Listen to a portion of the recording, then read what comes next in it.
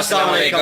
नमस्ते, कल उम्मीद करता हूँ फिट होंगे, बेहतरीन होंगे, अपनी लाइफ अच्छे से एंजॉय करोगे। हम तीनों की तरह देवों के देव महादेव एपिसोड है जी 340, सेकंड पार्ट है। लाइक शेयर सब्सक्राइब कर दें। स्ट्रेट चलते हैं वीडियो की तरफ। मेरा नाम है मरी सकतान इकबाल और मेरे साथ हैं Rana Mohammad Ali, Mohammad Sameer Khokhar. So guys let's start. Narayan Narayan. Devraj, क्या बात है, आप ठीक तो हैं? मुझे सूचना मिली कि आप मेरी प्रतीक्षा कर रहे हैं। देव ऋषि, देवताओं, अपितु इस संसार के हित का प्रश्न है और आप, केवल आप ही हमारी सहायता कर सकते हैं। उत्तम, मुझे प्रसन्नता हो रही है देवराज कि आप देवताओं तथा इस सारे संसार के हित के विषय में सोच रहे हैं।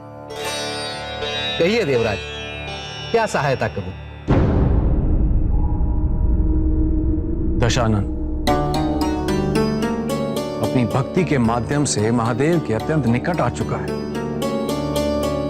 महादेव ने, माता पार्वती ने अपना स्वर्ण भवन भी उसे दक्षिणा के रूप में दे दिया। और आपने देखा था किस तरह से दशानन महादेव एवं उनके परिवार को अपने साथ ले जाना चाहता था। महादेव के आशीर्वाद से दशानन अत्यंत शक्तिशाली बन चुका है और दूसरी ओर सुमाली एवं उनके परिवार के सदस्य दशानन को समझाने में जुटे हुए, उसकी मनोस्थिति का लाभ उठाना चाहते हैं वे। यदि दशानन की शक्तियां सुमाली या अन्य किसी भी राक्षस के नियंत्रण में आ गई तो उसका क्या परिणाम होगा यह आप भली भांति जानते हैं मुनिवर। किंतु आप मुझसे क्या चाहते हैं?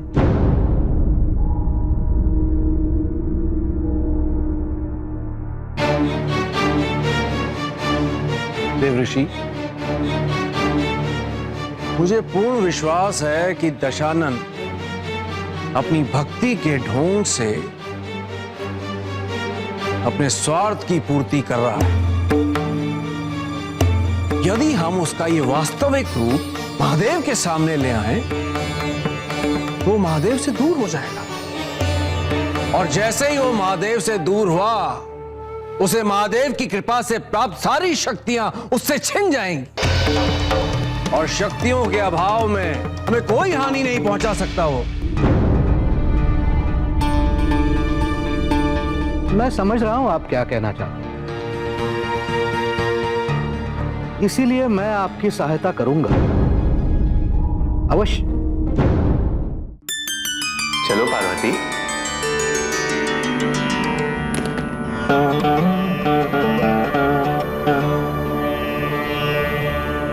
स्वामी,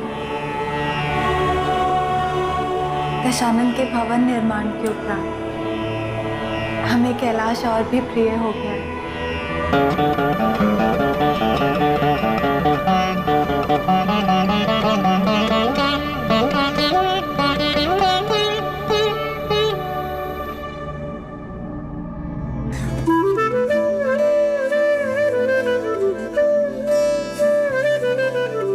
पार्वती,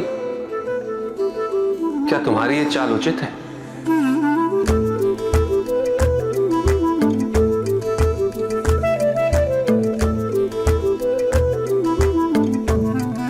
स्वामी, हमें अच्छा लगता है जब आप हमें चाल चलने देते हैं और हमें पूर्ण स्वतंत्रता देते हैं उसे स्वयं परखने की और ये समझने की कि हमने जो किया वो उचित है या नहीं, और यदि हमसे कोई भूल हो जाए तो आप हमें उसे सुधारने का अवसर भी देते हैं।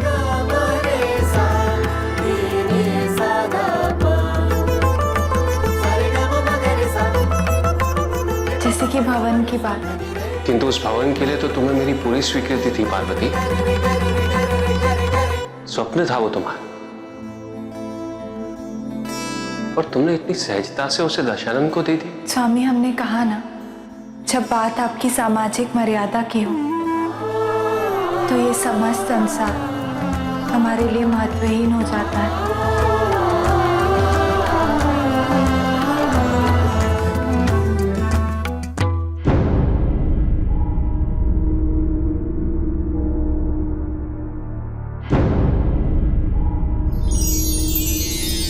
नारायण नारायण। दशानन, क्या बात है? इतना भव्य भवन प्राप्त करने के पश्चात भी तुम्हारे मुख पर वो प्रसन्नता दिख नहीं रही है। नारायण नारायण। कहीं इसका कारण ये तो नहीं कि महादेव को यहां लाने में तुम असफल रहे? यदि यही कारण है तो मेरे पास एक सुझाव है। 2 विकल्प हैं तुम्हारी इच्छा पूर्ति के मेरे पास। कैसे विकल्प? प्रथम विकल्प तो यह है कि जैसा चल रहा है वैसा चलने दो। जिस प्रकार तुम महादेव की भक्ति कर रहे थे वैसे ही करते रहो, फिर महादेव मिले या ना मिले।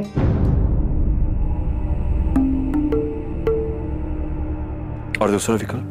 हाँ, दूसरा विकल्प यह है कि महादेव को प्राप्त करने के लिए अथक परिश्रम प्रयत्न करते रहो। दशानन, तुम अपनी शक्ति से इतना बड़ा स्वर्ण भवन उठाकर कैलाश से यहां ले आए। तुम तो कुछ भी कर सकते हो। सुझाव तो अच्छा है देवर्षि। मेरे प्रभु कैलाश पर रहना चाहते हैं तो क्यों ना मैं समस्त कैलाश ही उठा कर ले आऊं।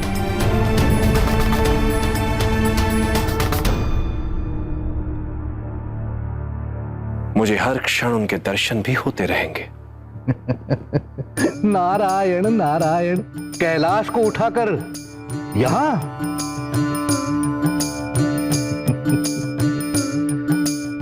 कर पाओगे? मेरी भक्ति की शक्ति का अनुमान नहीं है आपको नारद। तो विलंब ना करो।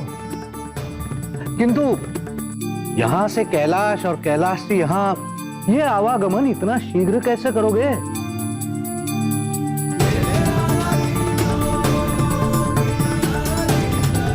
इसका उपाय है मेरे भ्राता कुबेर के पास।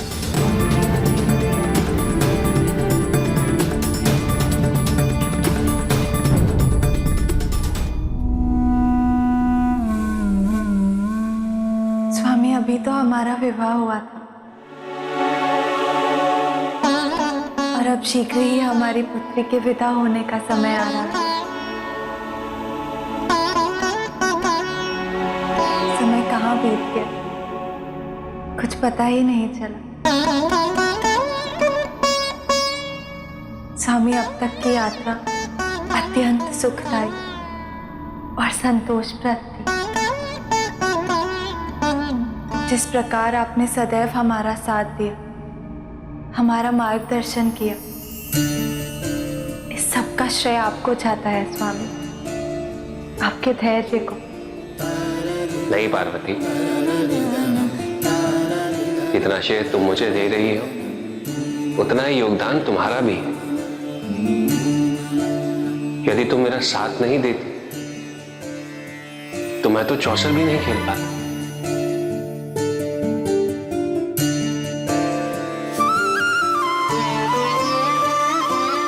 स्वामी, पिछली बार भी आपने जानबूझ के ऐसी ही चाल चली थी जिससे आप पराजित हो जाए, किंतु इस बार हम अपनी सामर्थ्य से आपको पराजित करना चाहते हैं। आप दोबारा चाल चलिए।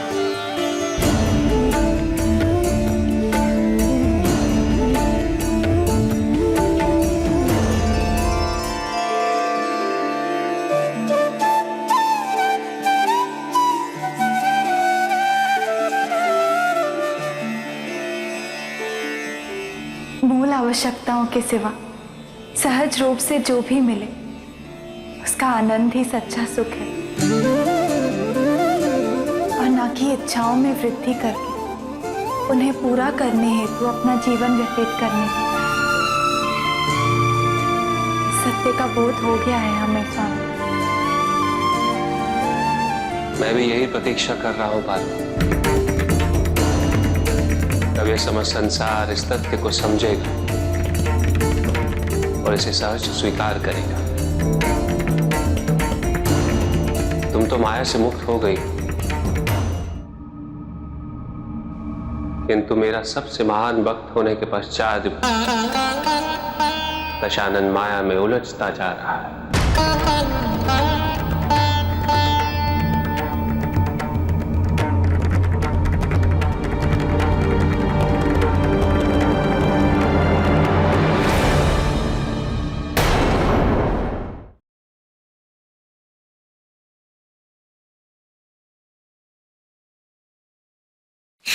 हाँ जी। जो है देव ऋषि और जो है इंद्रदेव जो है वो वार्तालाप कर रहे थे और इंद्रदेव को अपने स्वर्ग की जो है वो फिक्र खाई जा रही है और वो दशानंद से जो है वो डर रहे हैं और देव ऋषि को बुलाया है यहाँ पे और उन्हें बता रहे हैं कि बड़े भक्त बन गए हैं, ज़्यादा ही क्लोज हो गए हैं उनके और ये और वो, तो उन्हें कह रही हैं कि आप हेल्प आउट करें, मेरी मदद करें। उन्होंने कहा मुझे फिर क्यों बुलाया है, ये तो बातें मुझे पता है जो बता रहे हो। बेसिकली उनको जो है उनके मन में वही गुरूर और तकब्बुर और वो जो अहंकार है उसको बढ़ावा देना है कि असलियत उनकी जो है वो सामने आए, कहीं ना कहीं उस चीज़ को लाइट आउट करना चाहते हैं, मतलब वो चिंगारी को आग बनाना चाहते हैं। और उन्होंने कहा कि ये मैसेज जो है आपकी तरफ से जाएगा तो वो ठीक रहेगा। तो देव ऋषि जो है उन्होंने भी एक किस्म की हामी भर ली, उन्होंने कहा चले ठीक है। और फाइनली जो है वो वहाँ पे प्रकट हुए और दशानंद जो है वो काफ़ी परेशान था, वो अपने उसी राज्य को उसमें खड़ा है और उसे देख रहा है, हार रहा है। और देव ऋषि को वहाँ पे पाके थोड़ा सरप्राइज भी हुआ। तो वो कह रहे थे तुम तो बहुत बड़े भक्त हो और तुम्हारे पास सब कुछ है, तरीकाकार है कि शिव जी को पाने का। और एक तो कड़ी तपस्या करो और जो है उनकी पूजा करो। दूसरा तरीका उन्होंने कहा, दूसरा तरीका तो मैं वेट कर रहा हूँ, दूसरा कौन सा तरीका है?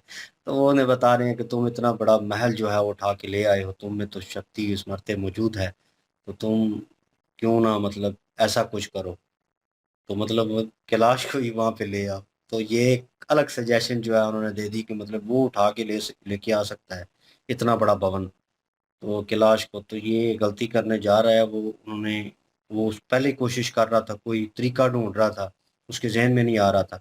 भक्ति अपनी जगह पे मौजूद है लेकिन ये भक्ति में बहुत बड़ी गलती होगी, साबित होगी आने वाले वक्त में, क्योंकि ये कोशिश करेगा। शिव जी भी एट द एंड जिक्र कर रहे हैं कि मोह माया से निकल नहीं रहा और इसको अगर छोड़ेगा तो वो ठीक हो जाएगा, उसमें कोई हामी नहीं है बाकी। तो यही एक जो है एक मेजर जो हामी है वो शिव जी बता रहे हैं और वो सबको नज़र आ रही है लेकिन उससे नज़र नहीं आ रही। वो भक्ति अपनी जगह पे करता है लेकिन उसमें लीन है। लेट्स ही देखते हैं क्या सिचुएशन होती है। भक्ति जो कर रहा है ना वो अहंकारी भक्ति कर रहा है, उसके अंदर अहंकार इतना ज्यादा है कि वो अपने अहंकार को अपनी अनाप्रस्ति को जतवाना चाहता है। वो चाहता है कि जिस तरह से वो चाहता है ना भक्ति करना, उस तरह से महादेव जो है उसके अलीन हो जाए और वो उनको हमेशा अपने पास बांध के रख ले। तो ऐसा तो मुमकिन नहीं है क्योंकि वो तो पूरे संसार के हैं, वो किसी एक के पास तो रह नहीं सकते। तो दिशानंद जो है ना उसकी ये स्थिति जिस तरह से बनाई जा रही है, उसकी रियलिटी भी खोलने के लिए देवऋषि नारद जो है वो अपना योगदान अदा कर रही हैं, ताकि उसका जो असली चेहरा है ना वो भी सामने संसार के आना चाहिए।